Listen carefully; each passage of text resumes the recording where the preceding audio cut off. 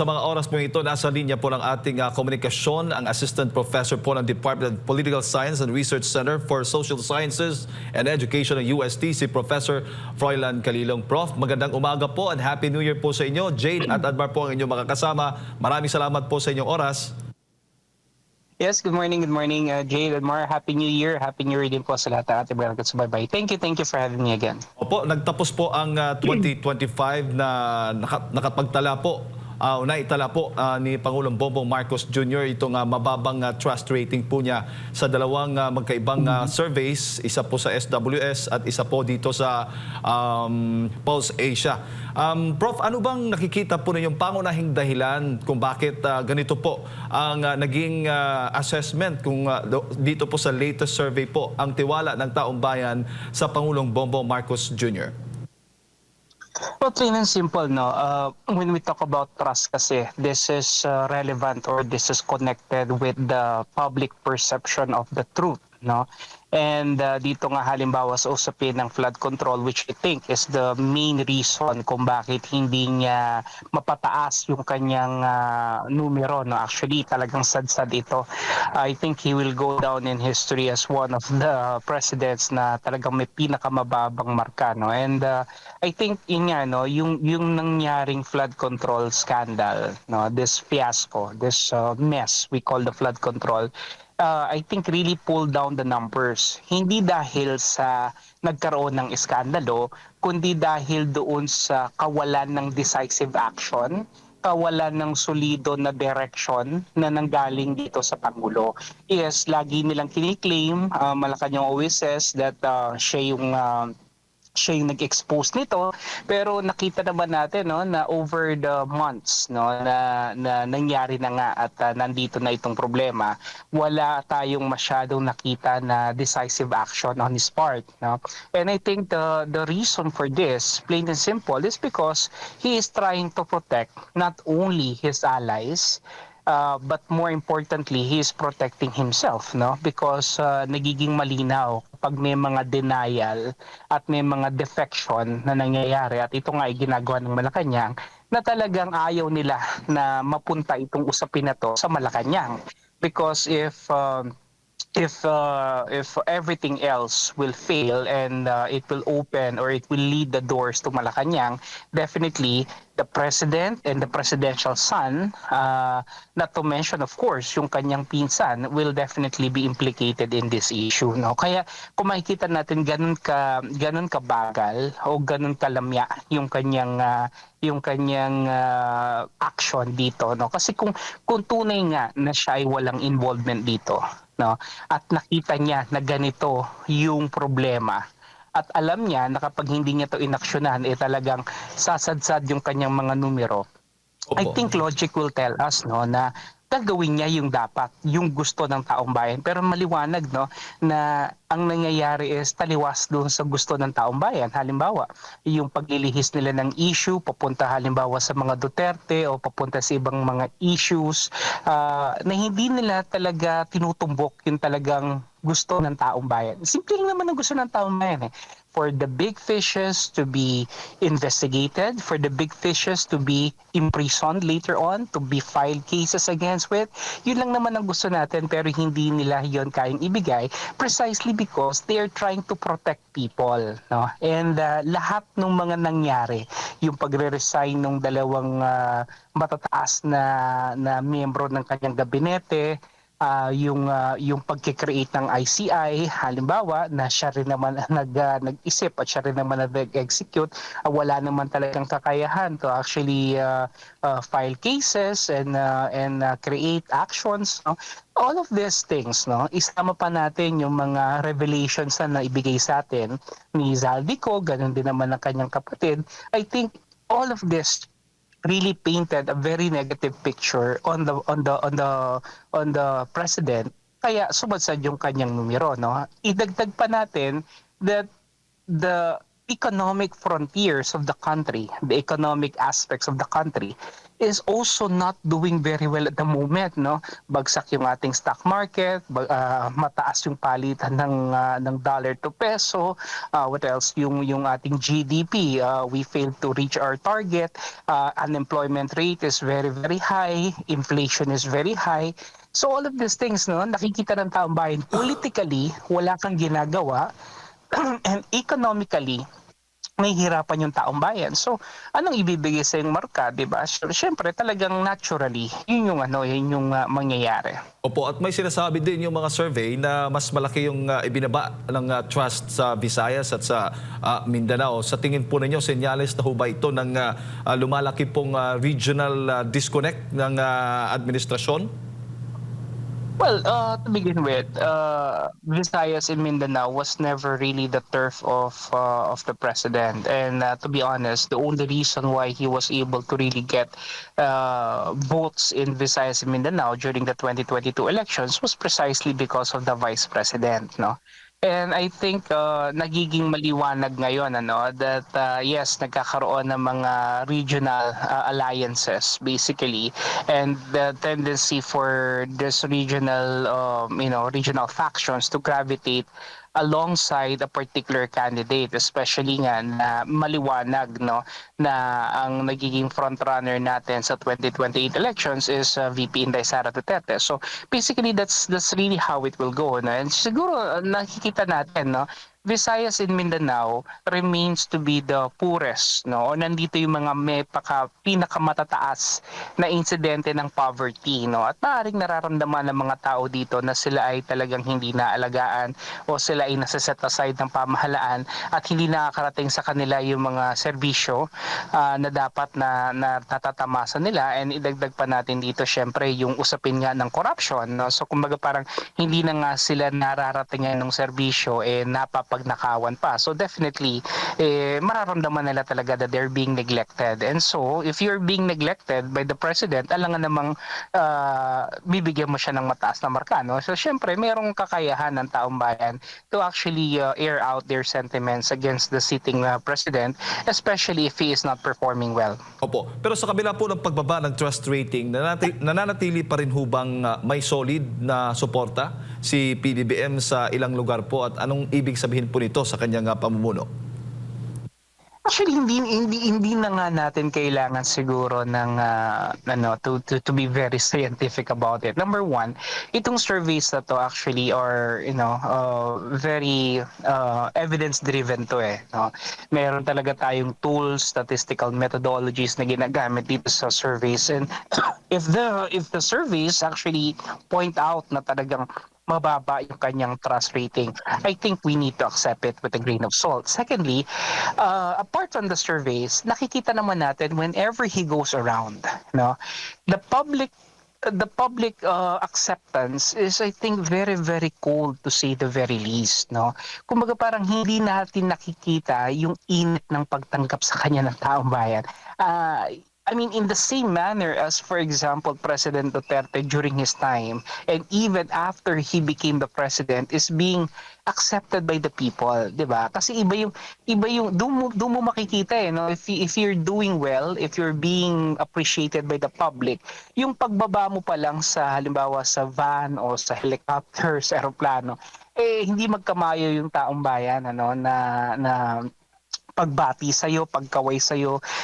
Dito nakikita natin halos walang gustong siya lang yung kaway ng kaway pero walang kumakaway sa kanya, no? At wala halos gustong magpa-selfie sa kanya, no? And this is a manifestation kasi hindi natin mapipilit yung emotion ng tao. I mean, hindi natin madidiktahan na you like or you love this president or you like this president. We cannot enforce that, because it will come out naturally, no? And I think alam ng taong bayan kung ano yung dahilan kung bakit ganito yung kanilang pagtanggap sa pangulo. So I think if the president really wants to rebound or change these things, marami siyang kinakailangan baguhin. Unang-una siguro rito, kailangan niyang ayusin yung kanyang communications, no, with the people. I think Yusek Claire Castro is not doing a very good job, in this case. Nagiging maliwanag that Yusek Claire is, instead of clarifying things, I think she is making it more difficult for the people to appreciate what the president is doing. If the president indeed is doing something, hindi nagiging maganda rin na para bang nakikipag-away siya, no, sa mga kritiko ng Pangulo at hindi niya tinatanggap yung mga hindi magagandang mga paratang sa Pangulo. I think they need to shape up dito sa PCO definitely. Po, baga may pagkukulang doon sa kanilang narrative strategy kasi sa halip nga na paliwanag sa publiko ang nauna is nauna ngayon yung kritisismo. Ganun, Prof. Yes, para kasing parang dinideflect nila, no. Parang lagi silang nasa defensive mode, no. Unang-una, wala na ngang nailalatag ng mga magagandang programa o magagandang polisiya o magagandang proyekto. Normally kasi ito yung ginagawa dapat ng isang palace press officer, no. Ilatag sa publiko kung ano-ano yung mga nangyayari, ano-ano yung mga magagandang proyekto. Ang nangyayari kasi nalulunod sila sa sobrang politika, no. They're being drowned in too much political noise so that the public is now not appreciating whatever the government is doing right. I'm sure naman kahit paano may ginagawa rin naman magaganda ang gobyerno, no? Pero kasi masyadong nakafocus itong si Claire Castro doon sa political aspect, no? At nawawala na yung kanyang direction pagdating doon sa mga social reform programs, doon sa mga progressive na mga proyekto na siguro naman ginagawa rin ng pamahalaan.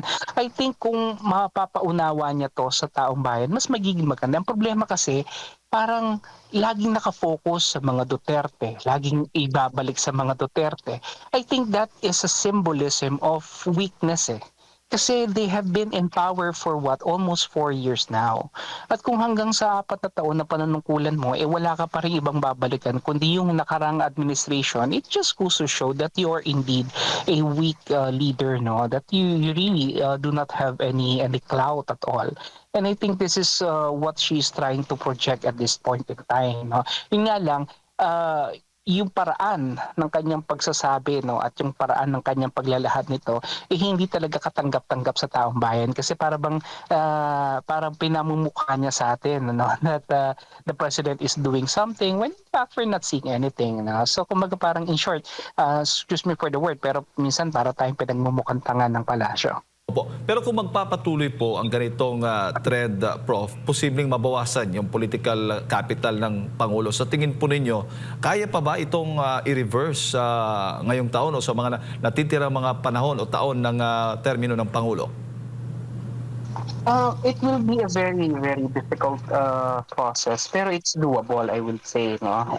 Basically, ang kailangan lang naman talagang gawin dito, and I think I've mentioned this in many other interviews in the past, ang kailangan talagang gawin dito ng palasyo is magkaroon ng focus, no? Ang hirap kasi kapag may isang malaking hamon sa administrasyon, ito nga yung corruption, na kung saan maganda na sana to na gamitin niyang leverage, no, para kahit paano magkaroon siya ng isang legacy measure na may iwan sa taong bayan. Ang problema lang kasi is unang-una, hindi niya to natutugunan ng maayos, nagbibigay ng mga pangako na hindi naman natutupad, puro optics, puro narrative spins ang nangyayari, puro appeasement o kumbaga pampalubag loob, no, sa taong bayan. Lahat ito syempre nakikita natin.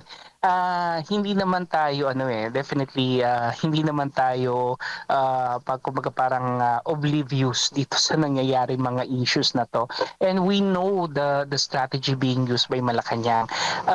Yun nga, no, yung denial, yung deflection, yung disorientation, maliwanag 'di ba? Kaya ang nagiging punot dulo nito is distrust, 'di ba? When you deny, when you deflect, when you disorient the public, it will definitely lead to distrust. No? Kaya mababa ang tiwala sa kanila eh. It's because of what they're doing, no? And so what I think the president could do if ever he wishes to salvage this position, may panahon, pero I think the window is very, very small because you remember that by next year especially, no, he is actually this year pa lang, maybe he could already, we could safely say that he is already going to have or going to be a lame duck president, no, especially now na the tensions for the 2028 elections is being felt this early. Yun nga parang masasabi natin 2028 is 2026 eh. No? This year is going to be very, very crucial for the positioning and the establishment of alliances. And so the window of opportunity for him to redeem himself becomes very, very small given the fact that he is going to enter already the lame duck phase of his presidency. So if ever he wants to do something decisive, if ever he needs to do something swift and something na could turn things around, no, to his favor, I think he needs to do it right now. Pero kasi ang tanong kasi lagi natin dito is paano niya to gagawin? Paano niya gagawin kung siya mismo, pamilya niya at mga kaalyado niya matatamaan nitong issue na to. So it's a question of whether hahayaan na lang ba niya na sumadsad yung kanyang ratings, yung kanyang satisfaction and trust rating, or gagawin niya yung gusto ng taong bayan even if this will mean that he's going to compromise relationship with the people that are close to him. No, so medyo mahirap yung sitwasyon niya ngayon definitely. Pero yun nga, kung talagang maninindigan siya dun sa tama, I think maintindihan siya ng taong bayan. Prof, si Partner Admar, kasama po, ako po ngayon. May mga karagdagang katanungan po sa inyo, Prof. Prof, magandang umaga. Yes, good Wala na morning. po bang Solid North? I think meron pa rin mga meron pa rin mga loyalists, and I think this loyalists ay yung mga talagang naniniwala hindi kay BBM kundi doon sa legasiya na maaaring iniwan ng kanyang ama, no. And I believe these are the very, very old people at this point in time. Kasi yung Solid North, I think medyo nag-dissipate yan mula noong inilatag ni Senator Amy Marcos yung kanyang accusations that the president is a cocaine addict among others, no? So I think ito yung isa sa dahilan kung bakit medyo nag-erode talaga yung konsepto ng Solid North. Plus of course titignan natin na marami na rin namang mga marami na rin namang mga tao especially dito sa norte, I believe, na hindi na masyadong naniniwala. Diba? Kasi right now because of social media, the truth is being exposed to us much better. Maaaring may mga fake news, maaaring may mga not so credible outlets, pero at least meron tayong pinagkukuhanan. Hindi kagaya nung araw na talagang puro fanaticism lamang, no? Yung pagiging fanatiko natin ngayon, medyo napapalitan na ng tamang mix ng information somehow. And I think this is the reason why that Solid North, or at least the concept of the Solid North, is slowly being diminished, no. Pero ang nag-emerge nga rito right now is the phenomenon of the Solid South, wherein we're seeing around 23 million solid voters coming from Mindanao as well as Visayas, and I think they're all lining up for the vice president. Opo, Prof, sa tingin niyo po, kung titimbangin yung may maraming mga paninira na nangyayari ngayon sa Marcos at Duterte, sino po ang may marami po? At tingin niyo po, nakaapekto ba ito sa kanila? Well, kung sa dami ng paninira, definitely, meron kasi tayong tinatawag na parang state-sponsored na paninira. No? And definitely, ito yung ginagawa ng gobyerno laban sa mga Duterte. Pero ang mahalaga natin kasing makita rito is kung yung narrative ba, tinatanggap ng mga tao. Kasi ultimately, at the end of the day, it's the people who will decide whether or not the government really is doing something, or whether or not what they're telling against the Dutertes is real and factual. No?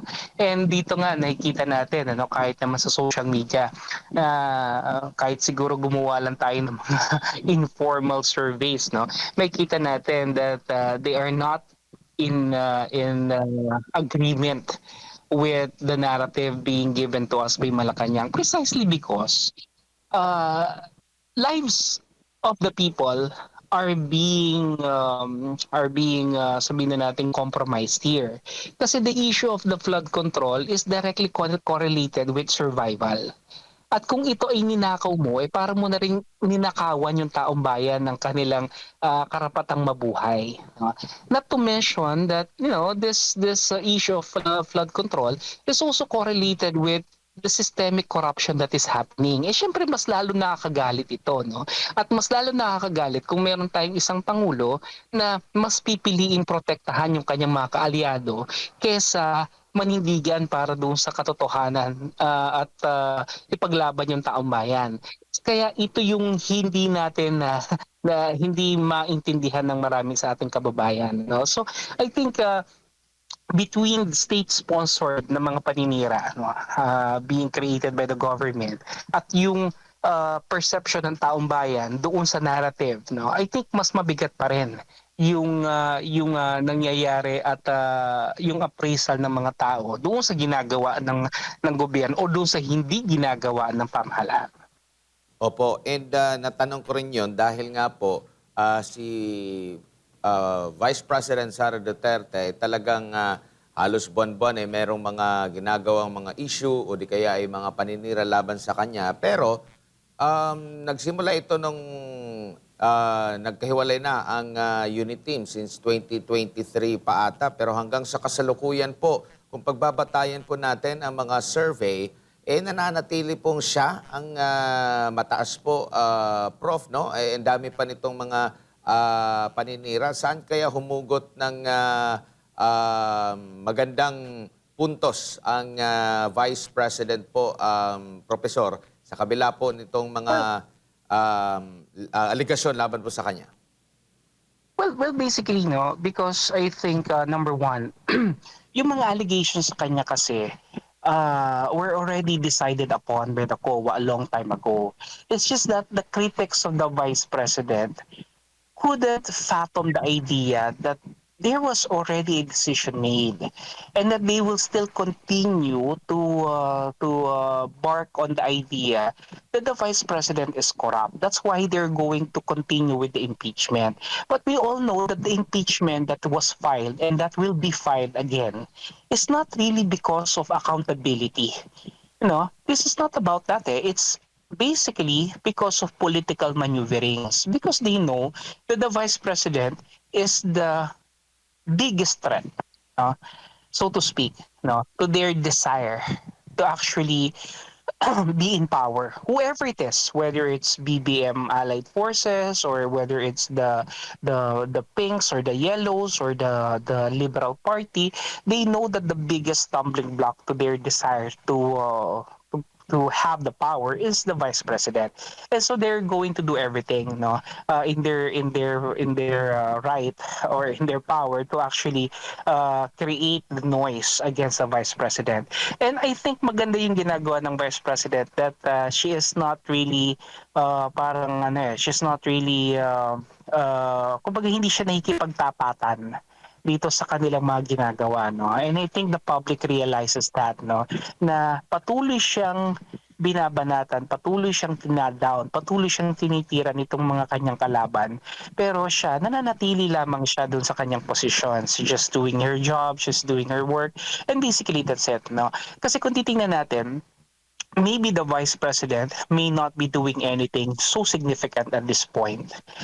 But the problem here is that the government is really doing a lot of bad things, no? To the point na kahit walang masyadong ginagawang maganda yung vice president, sa sobrang sama ng gobyerno, talaga namang sino bang pupuntahan ng taong bayan, di ba? So that's basically it, no? And let's face it, yung presidente pa rin naman ang talagang may control. Because the vice president is just a president in waiting. Nag-aantay lang naman yan kung may mangyayari sa Pangulo, no?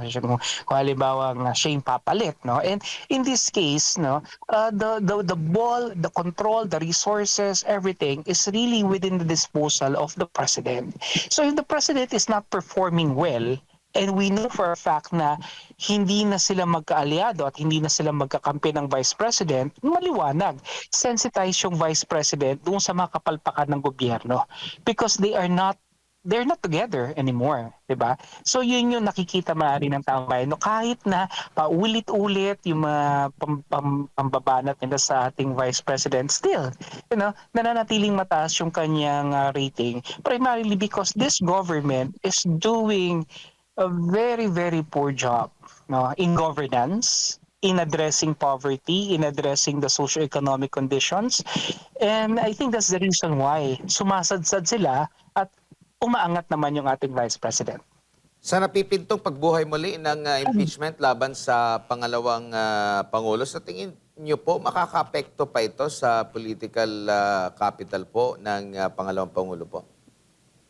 Well, if their goal primarily is to file the case and if it will go to the Senate, no, ang syempre merong pa ring somehow effect ito, no.